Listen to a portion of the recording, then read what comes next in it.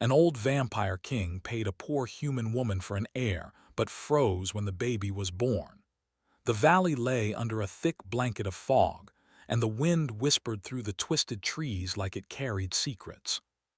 High above the valley, on a jagged cliff, stood an enormous castle, dark and silent, its towers piercing the pale moonlight. No human dared come near it, for the castle belonged to Lord Kale, the vampire king, a ruler of unmatched age and power. Legends told of his cruelty, his strength, and the fact that he had lived for centuries, untouched by time. Yet no story mentioned the one thing that haunted him more than any enemy. He had no heir. Far below the castle, in the human quarter of the city, a small cottage sagged under the weight of poverty. Inside, Alara knelt beside her younger brother, his small frame shivering under a thin blanket. She brushed the dark hair from his forehead and whispered, "Don't worry, little one, I'll find a way." Her hands trembled. Food was scarce.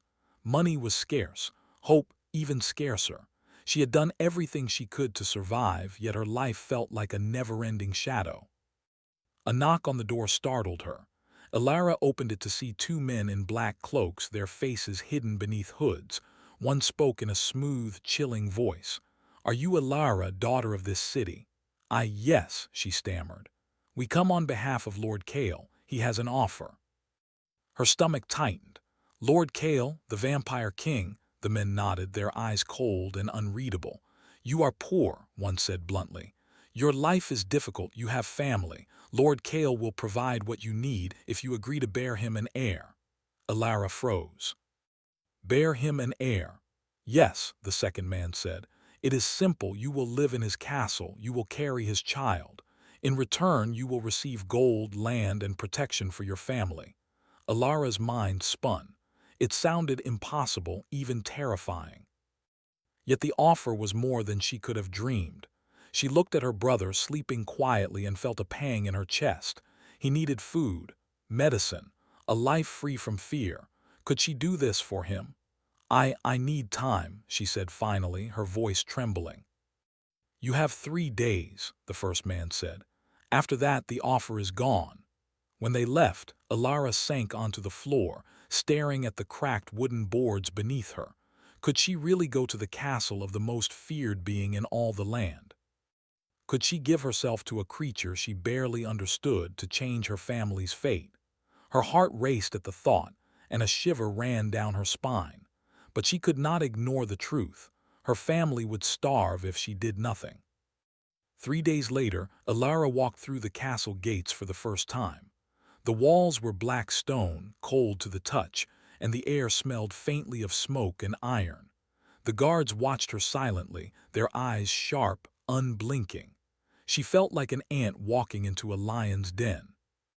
At the center of the great hall, on a raised dais, sat Lord Kale. He was even more imposing than the stories had said. His hair was silver, falling in long waves over his shoulders. His eyes were pale, almost like ice, and yet they held a weight that made Alara's heart skip. He wore black robes, simple but elegant, and his expression was unreadable. "Welcome," he said, his voice deep and smooth.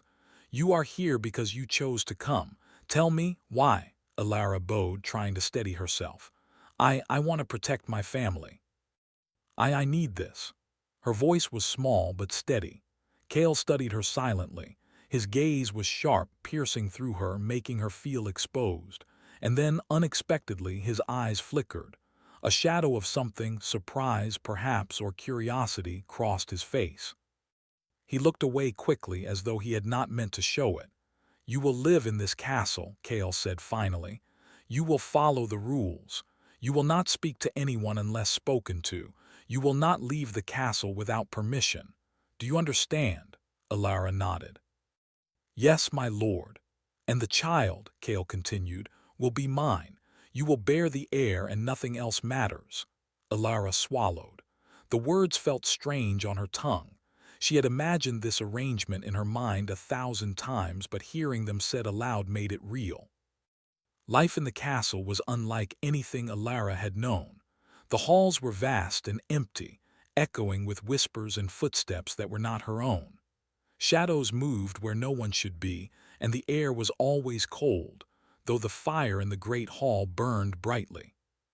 She was given a small room, simple but clean, and food that was unlike anything she had tasted before. Kale, meanwhile, remained distant. He observed her from the high balcony of his private chambers or from across the great hall, always watching but never speaking. His silence was heavy, pressing on her like the stone walls themselves. Yet she could not deny the moments when his gaze lingered too long, when his expression softened for a fleeting second before returning to ice. The days turned into weeks. Elara learned the routines of the castle, how to move without attracting attention, how to avoid the sharp tongues of the vampire servants who were loyal to Kale alone. She began to see glimpses of the man behind the legend, a loneliness in his long centuries of life, a longing that matched the emptiness she had always carried. Kale, too, began to change. The child growing inside her was not just a symbol of power or legacy. Slowly, unwillingly, he began to care. The first time he entered her room not as a king demanding obedience, but as a man curious and cautious, Elara saw it in his eyes. Something had awakened, something long buried, but the castle was not without danger. One night as a storm raged outside, Kale called her to the great hall. The candles flickered, casting long shadows on the walls. "There are whispers," he said, his voice low. "There are those who would see the king without an heir or who would take the child for their own power. You must be careful. You cannot trust anyone." Elara nodded, fear twisting in her chest. "I will be careful, my lord." Kale's gaze lingered on her for a moment longer than necessary. "This is not just about survival," he said softly, almost as if he were speaking to himself. "This will change everything." Elara felt a shiver run through her. There was something in his voice, something she could not name, that made her heart beat faster. And though she tried to hide it, she was aware of her own curiosity about him, her own fascination with the man behind the mask of fear and power. Days passed and the castle grew quieter. The fog outside thickened, making the towers of the castle look like islands in a sea of silver. Elara walked through the halls, her hand resting on her growing belly. She whispered to herself, imagining the life of the child who would come into this dark, strange world. One evening she sat by the fire in her room, tracing the outline of her belly, when a sudden knock came at her door. Kale entered, silent as a shadow. He stopped at the threshold, looking at her with those pale, icy eyes. "You should rest," he said. His voice was calm, but there was an edge of something, concern, perhaps, or fear. "I am resting," Elara said softly, though she was unsure if she was telling the truth. Kale stepped closer. "The child will change everything," he murmured. I did not expect this." Elara looked at him, puzzled. "Did not expect what?" He hesitated, and for the first time his composure faltered. His lips pressed into a thin line, and his eyes darkened with a shadow she could not read. "To feel," he said finally, voice barely above a whisper, "to feel anything at all." Elara's heart raced. She did not know what to say. The king, the man she feared, the man she had agreed to serve for her family's sake, was vulnerable. For a long moment they simply looked at each other. The fire crackled between them, a small light in the vast darkness of the castle. Outside the storm raged on, but inside a different kind of storm had begun, one of curiosity, tension, and a strange, undeniable connection. Weeks turned into months. Elara learned to navigate the castle, to speak only when spoken to move without drawing attention. Kale continued his silent observation, and yet she could sense his growing fascination, the small moments when he lingered near her, or when he spoke softly to her in a voice meant for no one else. And though fear never left her entirely, Elara began to feel something she had not felt in a long time: hope. Perhaps, she thought, even in this dark, cold place, life could change. Perhaps even the heart of a vampire king could be stirred. But as the first signs of the child's presence became undeniable, Kale froze one night. staring at her with an expression that was almost human. And for the first time, Alara realized that this child, this small spark of life, had the power to change even the oldest, most powerful creature in the world. The castle, once silent and lifeless, now seemed to hum with anticipation. And both king and servant knew in the deepest part of themselves that nothing would ever be the same again. The next night, as the moon rose high and silver light flooded the castle walls, Kale whispered to himself, words no one else would hear. "This cannot be." And in that moment, Alara understood their lives, their fates, were intertwined in a way neither of them could have imagined. The castle had grown quieter since Alara's arrival. The wind still whispered through the towers, but the great halls now seemed alive with a strange tension. Shadows moved across the stone walls as if they were watching, and the flicker of torchlight created dancing patterns that made the air seem almost magical. Alara walked through the halls carefully, her hand resting on her slowly growing belly. Each day, she could feel the life inside her, a tiny heartbeat that was both human and something more. She wondered what kind of child it would be, born of a vampire king and a human mother. Life in the castle was not easy. The servants spoke only in whispers, and even when they nodded politely, their eyes were sharp and judgmental. Alara had to learn quickly how to live in a world where one wrong word, one wrong move, could draw the king's displeasure. And Kale himself was unpredictable. Some days he appeared in the great hall, silent and distant, watching her without speaking. Other days he would vanish for hours, leaving her alone with the shadows and the strange silence of the castle. But the more time passed, the more Alara noticed small changes.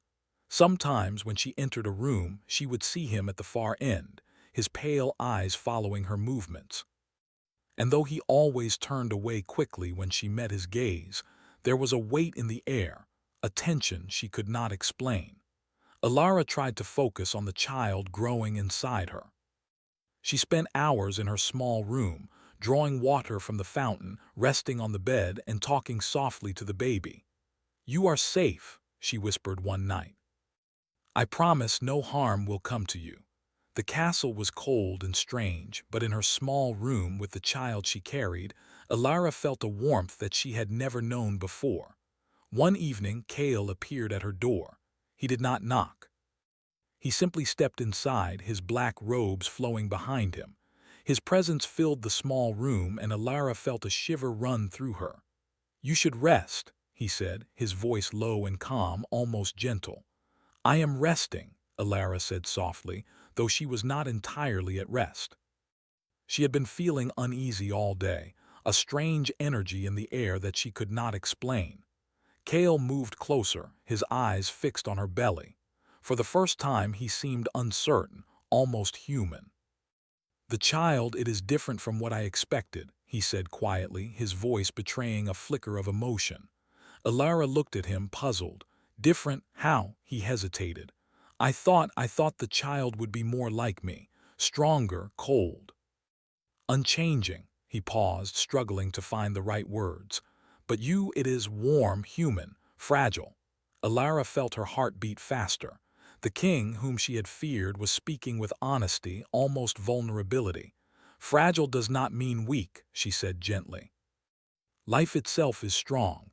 Even the smallest spark can burn bright." Kale studied her, and for a long moment they simply stood there silent. The fire in the hearth flickered, casting long shadows across the room.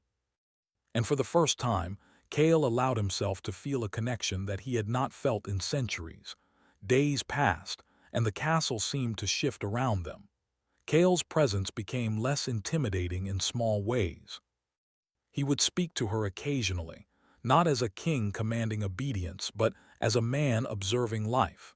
He asked questions about the city, about her past, about the simple joys and fears of human life.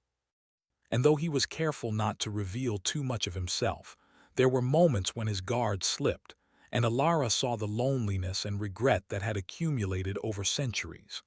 Alara, in turn, began to see Kale differently. He was not just a powerful vampire, a ruler of shadows and fear. He was a man who had lived for centuries, carrying knowledge and experience beyond imagination, yet he was also capable of awe, curiosity, and even care. She felt drawn to him, though she tried to hide it. She reminded herself constantly that he was a king, a creature of immense power, and she was just a human woman who had agreed to bear his heir. Yet in the quiet moments when they were alone, she could not deny the pull between them. The castle seemed to notice it too, the way shadows lengthened, the way the air seemed charged with a strange energy whenever they were near each other. One night, as a storm raged outside, Kale called her to the balcony. Lightning flashed, illuminating the towers and the fog-covered valley below. The wind whipped through her hair, and she clutched her belly, feeling the child move as if it were responding to the storm itself. "You feel it, don't you?" Kale said quietly, his eyes on the dark horizon. "The world's shifting, the old rules are ending." Alara nodded. "I feel it, something is coming, something new." Kale turned to her, his expression unreadable. "This child, it is not just an heir. It is a spark, a change, and he hesitated, the words catching in his throat. "I do not know if I am ready for what comes next." Alara looked at him, understanding. "Change is never easy," she said softly, "but it is necessary. Life grows in unexpected ways, Kale. Even in the coldest places, life finds warmth." For a moment the storm outside seemed to pause, the thunder holding its breath. Kale's eyes softened, and for the first time, Alara saw the man behind the legend. She realized that he was not just a ruler seeking power. He was someone who had lived too long without hope, someone who had forgotten what it meant to feel. And now, this child, this tiny life inside her, was awakening something he could not control. The days grew longer. Alara's belly grew rounder, and the castle began to feel less like a prison and more like a place of anticipation. Kale's guards whispered among themselves, watching the king's fascination with Alara and the child. Some were wary, fearing weakness. Others were curious, sensing that something monumental was unfolding. Alara spent her days preparing, learning to move through the halls with quiet confidence. She spoke softly to the baby, telling it stories of the city, of the forests, of the people who loved her. She imagined the child growing up strong and kind, a bridge between two worlds. Kale, meanwhile, found himself drawn to her in ways he did not understand. He would visit her room late at night, silently observing, asking questions about the child's development, offering advice on care, and sometimes just sitting in silence. The castle, so long filled with fear and shadow, now felt alive with possibility. Yet danger always lingered. Kale's rival, Lord Malric, watched from the shadows, waiting for a chance to strike. He envied Kale's power and feared the child, sensing that the heir could change everything. Malric whispered to his followers, sowing doubt and tension. The castle's walls, strong as they were, could not completely hold back the currents of ambition and envy. One night, Kale called Alara to the great hall. The fire burned low, casting long shadows across the stone floor. "Malric is restless," Kale said, his voice low. "He senses the child. He will act if given a chance. You must be careful. No one can know the full truth of the child's nature. Not yet." Alara nodded, understanding the gravity of the situation. "I will be careful," she said. Kale's eyes softened, and for the first time he reached out, his hand hovering near her shoulder. He did not touch her, but the gesture was enough to send warmth through her. He began, then stopped. Words were difficult for him, even after centuries. "I will protect you both. No one will harm you." Alara felt a mixture of fear and gratitude. The man who had once seemed untouchable, distant, and cold was now showing a depth of feeling she had not imagined. She wanted to believe him, wanted to trust that he would keep his word. And yet the shadows of the castle and the storm of politics and power outside reminded her that danger was never far. Weeks passed, and the child grew stronger. Ilara could feel its presence constantly, a heartbeat that resonated with hers, a life that was both human and extraordinary. Kale watched, often in silence, his fascination growing. He would stand at the edge of the hallways, watching her move through the castle, his expression unreadable yet intense. Ilara sometimes caught him staring, and in those moments she saw not a king, not a vampire, but a man who was discovering a feeling he had long forgotten: awe, wonder, and perhaps even something like love.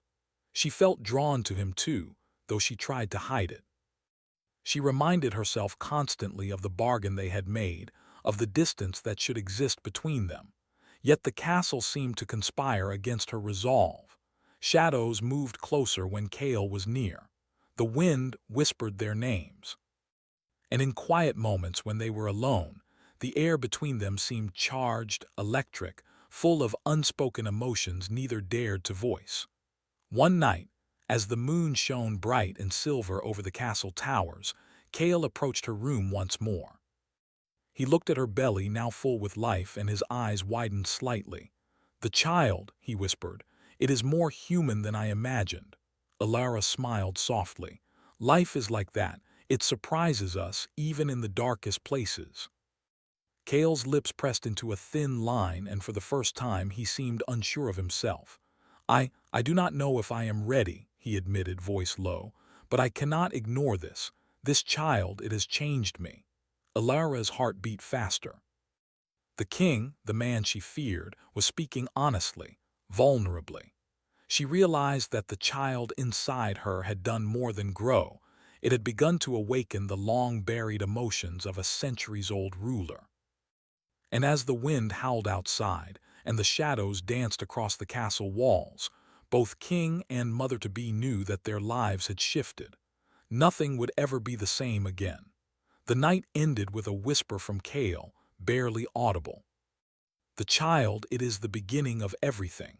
And in that moment, Ilara understood. The journey they had begun together was far from over. The child growing inside her was more than an heir. It was a spark of life that would challenge, transform, and bind them all. The castle felt different now. The long corridors, once cold and silent, seemed alive with whispers of anticipation. The air itself carried tension, charged with something neither Ilara nor Kale could ignore. The child inside her moved more often now, tiny hands pressing against her belly, and with each movement, a strange warmth spread through the great stone halls. It was as if the baby itself was awakening the castle, stirring it from its centuries-long slumber. Kale walked through the corridors silently, as he always did, but now there was a change in him. His pale eyes, once like frozen ice, held a spark of curiosity and unease. He watched Ilara from a distance, sometimes standing in shadowed doorways, as if he were afraid that any closer approach might shatter the fragile world they were building. There was a tension in him that had not been there before, a mixture of awe, fear, and longing that he did not fully understand. Ilara felt it too. She had grown used to the castle, to the quiet watches of the servants, and to the presence of Kale, which was both terrifying and strangely comforting. Yet now, as her body grew heavier with the child, she sensed something deeper stirring in the king. It was more than fascination. It was as if the very essence of the child had begun to touch the deepest corners of his heart, places he had long since sealed away with centuries of control and solitude. One evening, as the sun dipped behind the mountains and painted the sky with shades of blood and gold, Kale appeared at her door. His presence was sudden, silent, and commanding, yet there was an unusual hesitation in his step. Ilara looked up from the small table where she had been arranging herbs for comfort and smiled softly. "My lord," she said, careful to keep her voice steady, "you did not need to come." "I wish to see you," Kale replied, his voice low and even but with a strange vulnerability that caught her off guard. "How are you feeling?" Ilara hesitated, then placed a hand on her belly. "The child moves more now. Sometimes it is gentle, sometimes strong. I think it knows you are near." Kale's gaze flicked down to her belly, his lips parting slightly. For a long moment he did not speak. Then, in a voice barely above a whisper, he said, "It is alive in a way I did not expect. I did not expect to feel this." Alara's heart raced. The king, so feared and distant, was speaking with honesty. His words trembled with something he could not name, and for the first time she felt that perhaps the cold and untouchable ruler was capable of emotion, of care, and perhaps even of love. The days that followed were filled with subtle shifts in the castle. Kale's presence was less rigid. He lingered at the edges of rooms, observing Alara as she moved about her daily tasks. He asked questions quietly, gently about the child, about the changes in her body, and about her needs. Though he spoke rarely, every word carried weight, every glance seemed deliberate. Alara noticed the change in herself as well. She felt less fear and more curiosity about the king.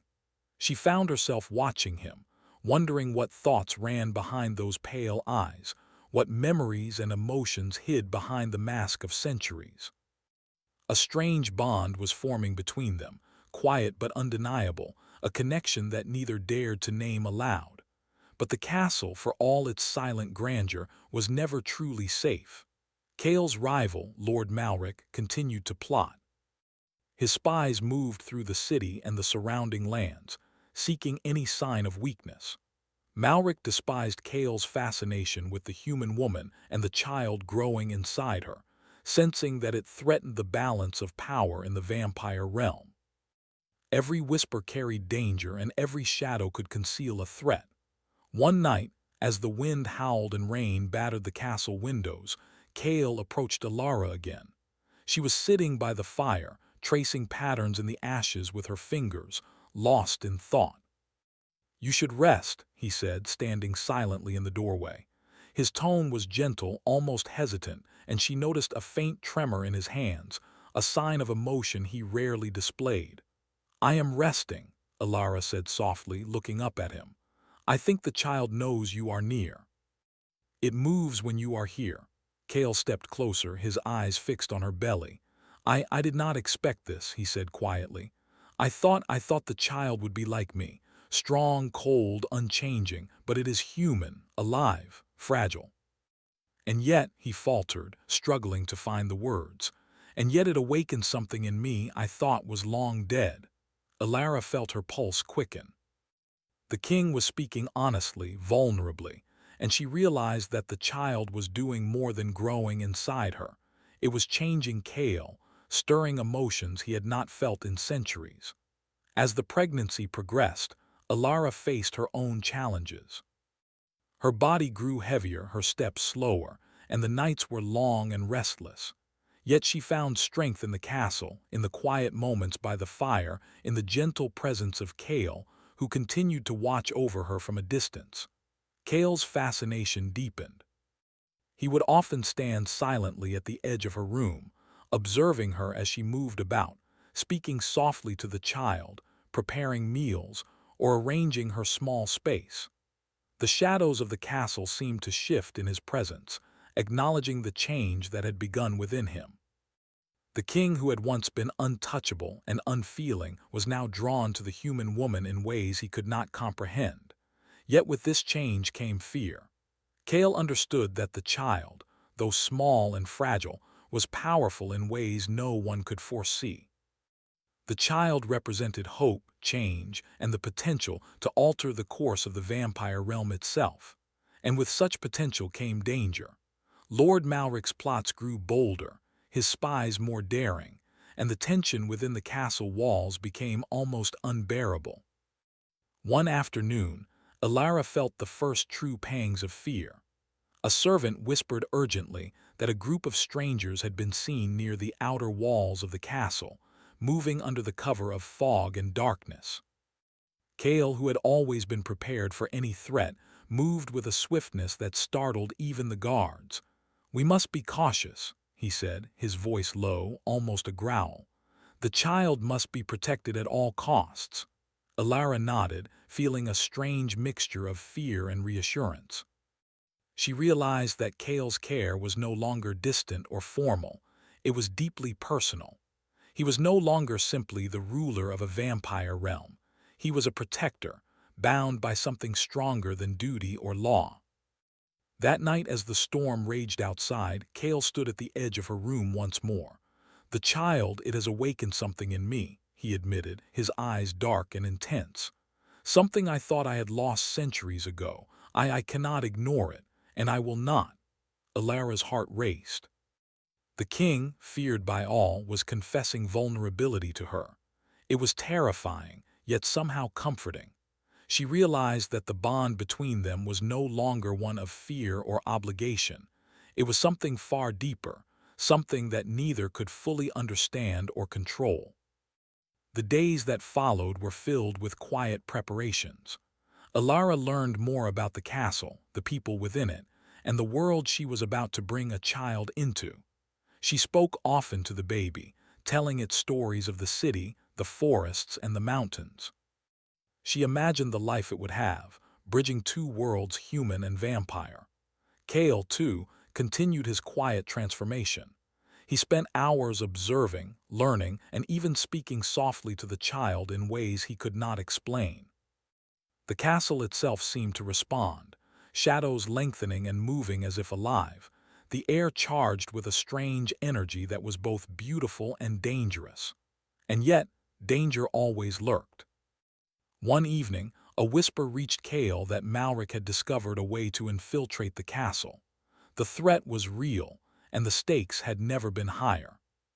The child was growing stronger every day, and the king's fascination had become a fierce protectiveness that he had never felt before. As the moon rose high and silver light flooded the castle towers, Kale found himself standing in the hall, staring at Alara's room. He could hear her soft humming, the gentle rhythm of her voice as she spoke to the child. His heart, long frozen by centuries of power and solitude, felt something unfamiliar, a warmth, a longing, a need to protect. He whispered to himself, words he never imagined he would speak. "The child, it is the beginning of everything." Alara, unaware of his presence, continued her quiet preparations. She felt the child move strongly now, as if responding to something she could not see. She smiled softly, placing her hand over her belly. "You are safe," she whispered. "I promise, nothing will harm you." Kale's shadow fell over the doorway, and for a moment the two of them stood apart, connected by the life growing between them. The storm outside roared, lightning flashing across the towers, but inside the castle a different storm had begun. One of emotion, connection, and the promise of a future neither could yet imagine. And as the night deepened, both king and mother-to-be knew that the true test was yet to come. The child would awaken powers, stir emotions, and challenge everything they had ever known. But in that quiet, electric moment, one thing was certain. Their lives, their hearts, and their world had been forever changed. The castle lay quiet beneath a silver moon, but inside, tension crackled like fire. Alara's labor had begun in the dead of night. The air was thick with anticipation, and a strange energy that seemed to hum through the stone walls. Kale paced near the edge of the room, his long shadow stretching across the floor, eyes fixed on Alara with an intensity she had never seen before. "You must focus on breathing," Kale said softly, kneeling beside her. "Do not fight it. Let the child guide you." Alara nodded, gripping his hand tightly. The pain surged through her, sharp and relentless, but in Kale's presence she felt a strange calm. He was no longer distant, no longer the untouchable vampire king. He was human in this moment, fierce and protective, his pale eyes filled with a raw emotion she could not name. The servants moved silently around them, preparing the room, ensuring that no harm would come. The castle, for centuries a place of shadow and fear, seemed to hold its breath. Even the wind outside had stilled, as if the world itself waited for the birth of this child, a life that was both human and extraordinary. Hours passed, the night stretching endlessly. Alara groaned, sweat running down her forehead, and Kale never left her side. He whispered words of encouragement, his hand never leaving hers, and every glance he gave her carried a weight of love, awe, and protectiveness that made her heart ache. "You are strong," he murmured. "Stronger than anyone I have known." Elara managed a weak smile. "I could not do this without you." Cale's lips pressed into a thin line, his eyes darkening with emotion. "I have never felt like this before. I thought I understood power, control, life, death, but this is different." The room seemed to pulse with energy as the final moments of labor approached. Elara felt the child moving, tiny hands pressing against her from the inside. She cried out, and Cale's face paled at the sound, his instincts as protector and king fully awakened. "Push," he instructed, his voice steady, commanding yet filled with care. "You are almost there. The child is ready."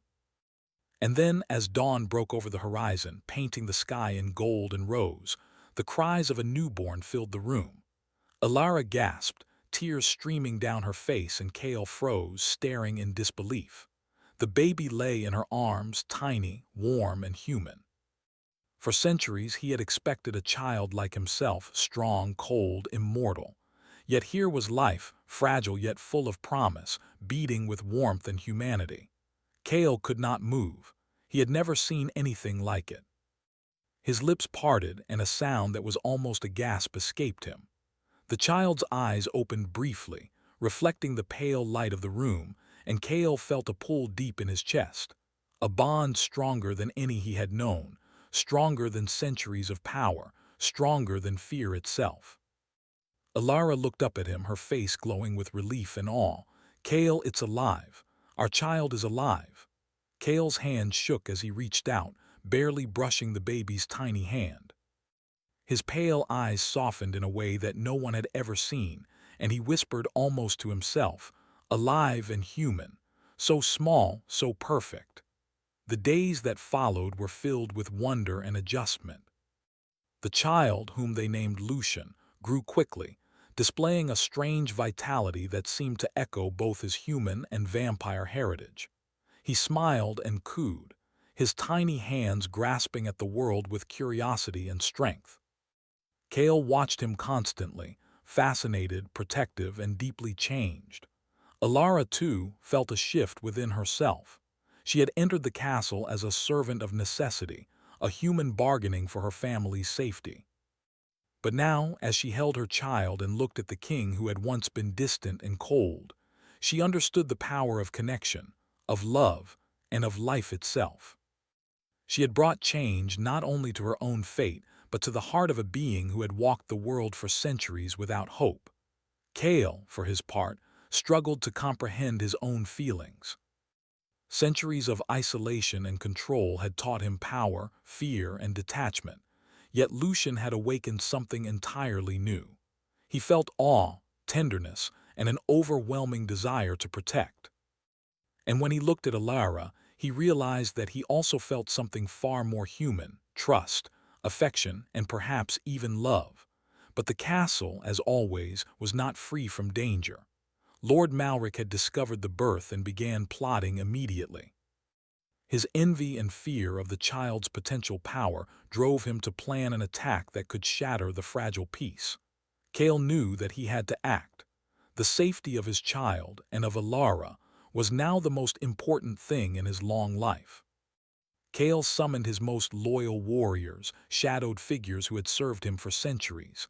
"No one will harm them," he declared. "Not the child, not the mother. Anyone who dares will face my wrath." Elara watched him, understanding for the first time the depth of his devotion. The king, whom she had once feared, now fought not for power or pride, but for life, for love, and for family. The confrontation came swiftly. Malric's forces, moving under cover of night, approached the castle. Cale's warriors intercepted them, shadows clashing against shadows in a storm of motion and energy. Lightning flashed across the towers, illuminating Cale as he stood at the battlements, his eyes glowing faintly with an inner light. Elara clutched Lucian, watching the scene unfold. She could feel the power of Cale and his warriors resonating through the castle walls. Though frightened, she felt awe. The child had not yet spoken a word, but even Lucian's presence seemed to strengthen the castle's defenses, a symbol of hope and change. Kale's rage and protectiveness were unstoppable. Malric's forces were driven back, retreating into the night, and Kale's eyes blazed with a force that spoke of centuries of power and centuries of love now awakened. After the danger had passed, Kale returned to the room where Alara and Lucian waited. He knelt before them, and for the first time he allowed himself to be fully vulnerable. "You are safe," he said softly, placing a hand on Lucian's small head. "I will protect you, always." Alara's eyes filled with tears. "Kale, you have changed. You care more than I ever imagined." He looked at her, his expression honest and unguarded. "This child, you have awakened something I thought was lost forever. I feel life, hope, and love, and I cannot imagine a world without you both." The castle, silent and shadowed for centuries, seemed to exhale. Light filled the hallways. Shadows softened. And for the first time the ancient walls felt alive, warmed by the presence of life and love. Days passed and Lucian grew stronger. Kale and Alara formed a delicate balance, navigating the challenges of raising a child while managing the responsibilities of the vampire realm. Kale's leadership was transformed. He was no longer a distant, feared ruler. He was a father, a protector, and a man capable of deep emotion. Alara, too, found her own strength. She had entered the castle out of necessity, but now she understood her own power, not through wealth or title, but through love, courage, and the ability to shape the future. Together, she and Kale built a life of balance and trust, their bond strengthened by shared responsibility and deep emotion.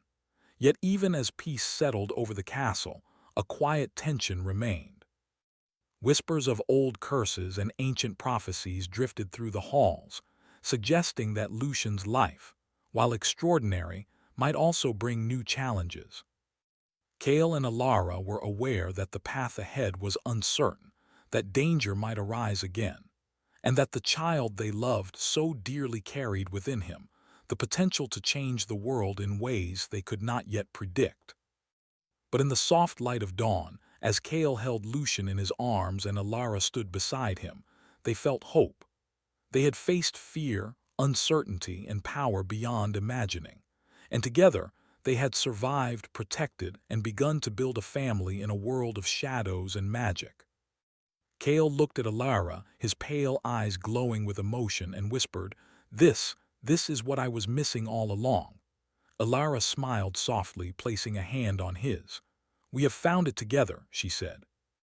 And as the castle stood tall beneath the rising sun, the first rays of light danced across the towers, painting the stones in gold. Lucian laughed softly, a sound that carried warmth and life, a promise of a new legacy. And somewhere deep within the shadows, ancient powers stirred, whispering that the true journey had only just begun. But for now, in this quiet, magical moment, king, mother, and child were united. The darkness had been met with love, the cold with warmth, and the future, uncertain yet bright, awaited them all.